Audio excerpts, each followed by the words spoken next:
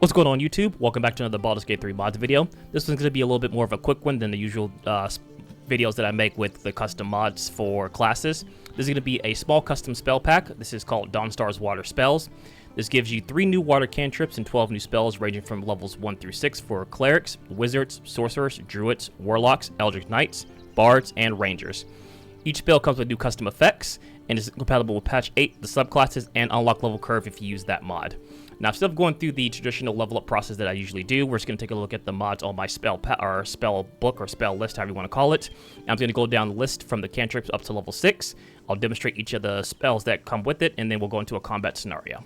Alright, starting off with the cantrips, we're going to be going from left to right. Left to right. Minor Torrent.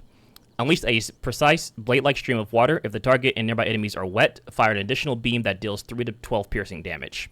This is actually pretty cool. It does a pretty good amount of damage, and obviously it increases as you level up. And we can combine this with other spells, and I'll demonstrate that here, hopefully in one of the combat scenarios. The second cantrip that you get is called Wave Dancer. This is essentially a movement speed buff, which allows you to walk over difficult terrain, and you also are prone to, you are immune to prone on ice and grease surfaces. Pretty decent. You can combine this with long strider, dashing to get some pretty good distance. The third cantrip that you get is called Douse. This shoots out a bolt of water, wetting the target. This is actually pretty cool because you can use this as a bonus action to first attack your target, which gives them the wet status. And then you can hit them with By Dawnstar99 to hit the 2 water beams, give them more additional wetness. Haha, jokes. Anyway, going up from levels 1 through 6, the first level 1 spells that you get is called Rogue Wave. Release a powerful wall of water becoming wet. Creatures that fail a saving throw are pushed back 6 meters and fall prone. Pretty decent. It's a little bit more of a close range, so if people are on you, can guys kind of get like a get off me spell. The second one is called Tears of Umberly. Hurl 3 compressed water bolts, dealing 1 to 4 bludgeoning damage to anyone within 2 meters of the impact. So it starts off as a close range spell, but you can also fire this long range, potentially knocking them off balance. Each bolt leaves a surface of wet of 3 meters. So again, if you want to leave this somewhere, you can charge this with like lightning spells or ice spells, so on and so forth. So those are the first 2 that you get. At level 2, you get Hydro Resistant. Protect an ally from damage done by water spells and increase your armor class by 5. They become fire resistant and immune to burning. This lasts for 2 turns. It is a concentration spell. Honestly, I think this is probably the weakest out of all the spells that you get. It's very situational. I personally haven't used it in my testing, so take that as you will. The second one that you get is called Drowning Grip. Crush your creature in a sphere of water that you can push or pull, dealing extra 3 to 18 bludgeoning damage. It takes 3 to 18 bludgeoning damage per turn and cannot move. It suffers disadvantage on attack rolls, and incoming attacks have a disadvantage. This lasts for 10 turns. It is a concentration spell, so think of this as hold person, but it does damage each turn. Very, very strong. At level 3, you get Water Spout. Call forth a furious swirling mass of water that thrashes anyone who enters, possibly leaving them maimed. So if you don't know what the main condition is, movement speed is reduced to 0 and has disadvantage on dexterity saving throws. Removed by healing. So pretty strong. Lasts for 10 turns, also a concentration spell. So you can't really combine this and Drowning Grip, but you can combine someone using Hold Person and Water Spout. The next level 3 spell you get is called Water Torrent. Call forth a torrent of water that cuts through all creatures in its path, possibly making them bleed. The bleed lasts for 5 turns. Pretty strong, good to hit multiple enemies or in a straight line. At level 4, you get Flood. Surround yourself in a pool of raging water that hinders others from getting near. Dismiss the spell to trigger a flash flood that pushes the creatures away 6 meters, deals 8 to 32 bludgeoning damage, and knocks them prone. This lasts for 10 turns until you dismiss it.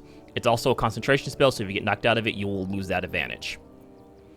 The next level 4 spell that you get is called Sword of Storms. Conjure a storm of razor-sharp rain, slicing through creatures and causing them to bleed. Another bleed-based spell. Does pretty good amount of damage, 6 to 52, plus 40, 10, plus 12 slashing damage. At level 5, you get Geyser. Summon a geyser that, when walked on by a foe, it will erupt and possibly surprise unsuspecting victims. This works as a trap, or you can just launch it on someone if you will. Very strong. I've used this quite a few times. Pretty strong. Not my favorite, but definitely up there. The next level 5 spell that you get is called Leech. Tear the very essence of your foe and siphon half as many hit points. Fire up to 3 beams, each dealing 2 to 12 necrotic damage.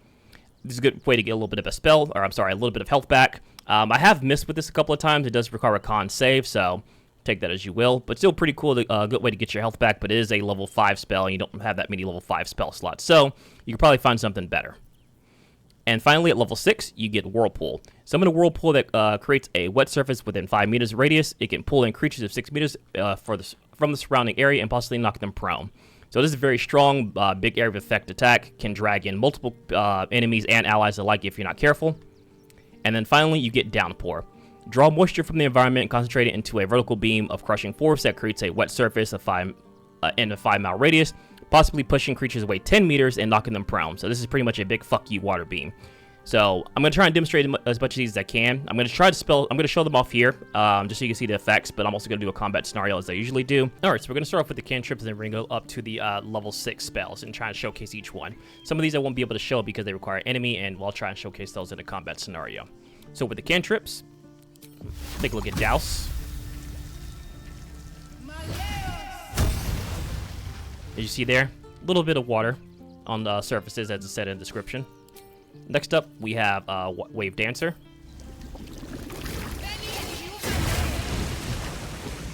Again, pretty cool effects. I like that water look around the character. And then finally, we have By Torrent. Pretty long. I would say this is kind of equivalent to like an Eldritch Blast.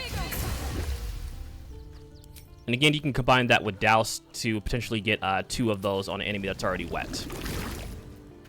So for level 1, we're going to have the Tears of Umberly. Now, this allows you to throw 3 water bolts, or 3 water balls, if you will. And on impact around you, whenever you cast it, if it's enemies within 2 meters, they'll have a chance to be knocked back.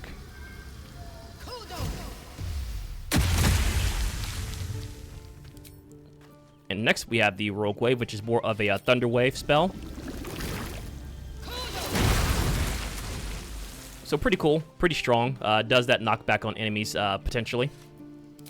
For level 2, we have the Hydro Resistance. Again, this is something I'm probably never going to use.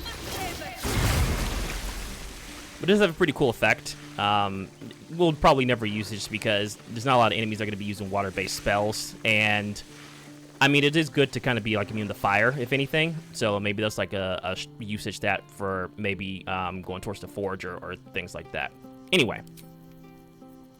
Next up, we have the Drowning Grip. Now, I'm not going to be able to show this here because it requires an enemy, unfortunately. So we're going to try and do that in our combat scenario.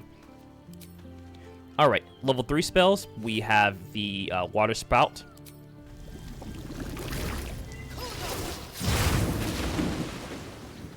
And that is a concentration spell, so that will last roughly for about 10 turns, as you can see down here.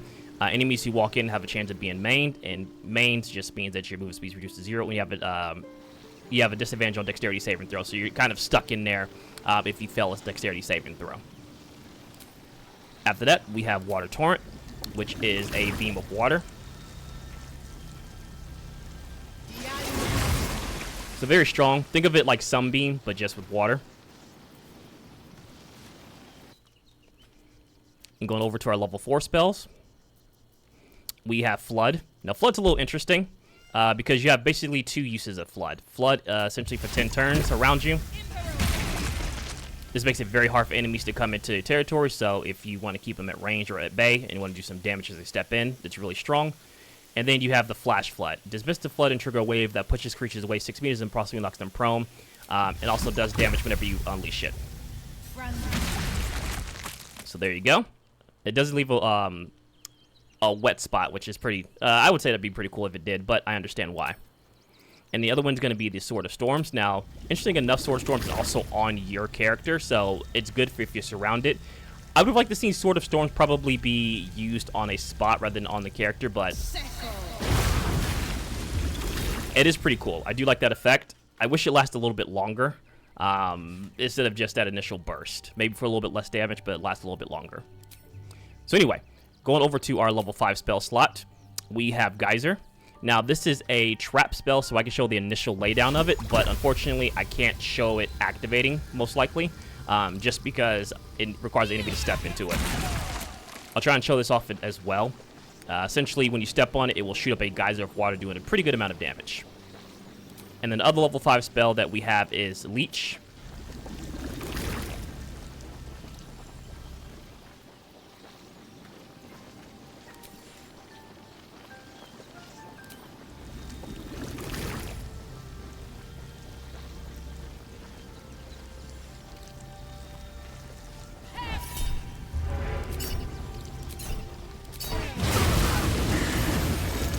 As you can see, some of them failed, and we got that life back and got temporary health for it. So very strong, even gets some like temporary health. But it is a level 5 spell slot, so definitely take caution with that. And then we have our level 6. Our level 6 is going to be our Whirlpool. I believe we had one more as well for level 6. Whirlpool and then Downpour. Downpour is a little harder to kind of demonstrate just because, or not necessarily hard to demonstrate. It's a level 6 spell. So I can only really showcase these once, then I'll use our Arcane Recovery. So anyway, so we have Downpour and then we have Whirlpool. Whirlpool, I can show doing this.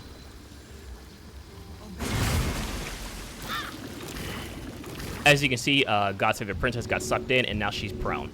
So as it was like when it's successful. And then we have Downpour.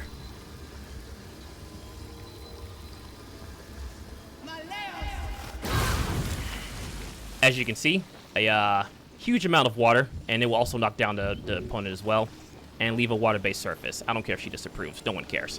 So that's it for the spells to kind of showcase what they look like. If you want to stay for the combat scenario, I try and demonstrate some of the ones that I didn't get to use. And as always, if you do like the mods, please go ahead and endorse the mod author. And if you like the video, please like the video, subscribe, check out some of the other videos that I've done as well, and I'll try to be more consistent here in the future. Appreciate you guys. Take care. See you next time.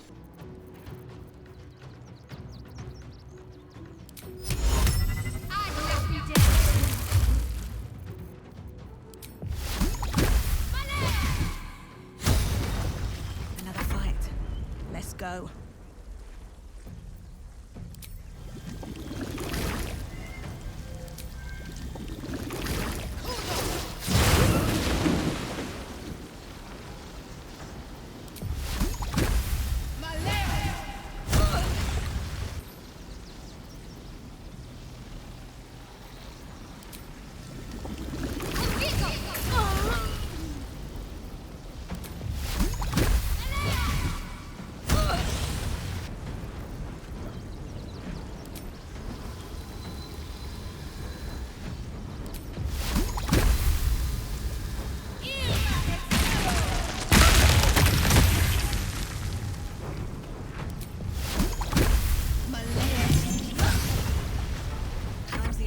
Through.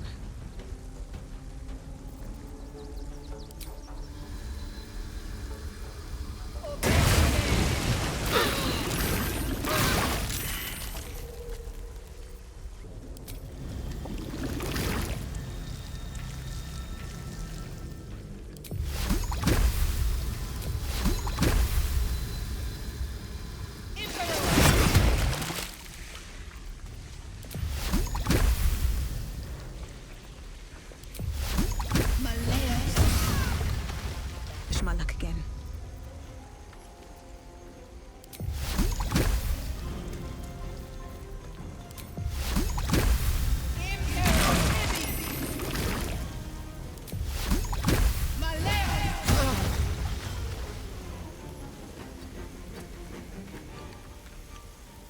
Ready for another round?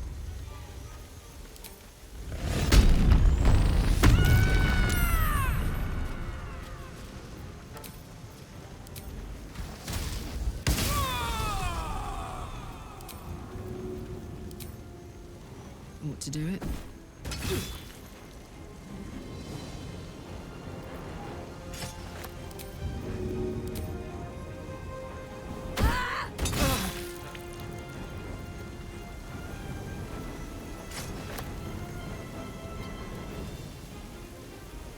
I thirst for combat.